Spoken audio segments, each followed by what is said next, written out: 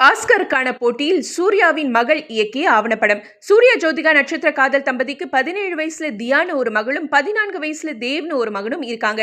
இதுல மூத்த மகள் தியா லீடிங் லைட் அப்படிங்கிற ஆவணப்படம் மூலமா டைரக்டர் அவதாரம் எடுத்தாங்க. அந்த ஆவணப்படத்துக்கு ஆல்ரெடி பல விருதுகள் வாங்கி சூர்யா ஜோதிகா தம்பதிக்கு மிகப்பெரிய பெருமையை தேடி தந்தாங்க.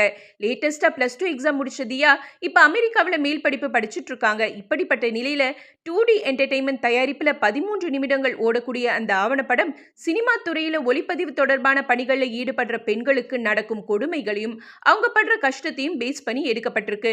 இப்படிப்பட்ட நிலையில தியா டைரக்ட் பண்ண லீடிங் லைட் ஆவணப்படம் ஆஸ்கர் விருதுக்கு தகுதி பெறுவதற்கான சுற்றுல அமெரிக்காவின் லாஸ் ஏஞ்சல்ஸ் நகரத்துல இருக்கிற ரிஜென்சி தியேட்டர்ல செப்டம்பர் 26ஆம் தேதி முதல் அக்டோபர் 2ஆம் தேதி வரைக்கும் மதியம் 12 மணிக்கு திரையிடப்படுறதா 2D நிறுவனம் தன்னோட எக்ஸ் பக்கத்துல அதிகாரப்பூர்வ அறிவிப்பு வெளியிட்டிருக்கு. அந்த வகையில சூர்யா மற்றும் ஜோதிகா பெயரை காப்பாற்றி அவங்களுக்கு பெருமை சேர்த்திருக்காங்க மகள் தியா. மேலும் சினிமாவில் டைரக்டர் ஆகணும்ன்ற ஆசையும் தியாவுக்கு இருக்காம். எலிஃபென்ட் விஸ்பரஸ் ஆவணப்படம் ஆஸ்கர் விருது வாங்கின நிலையில தியாவுடைய லீடிங் லைட் படமும் ஆஸ்கர் விருது வாங்கும்னு வாழ்த்துக்களை பதிவிட்டு வராங்க ரசிகர்கள்.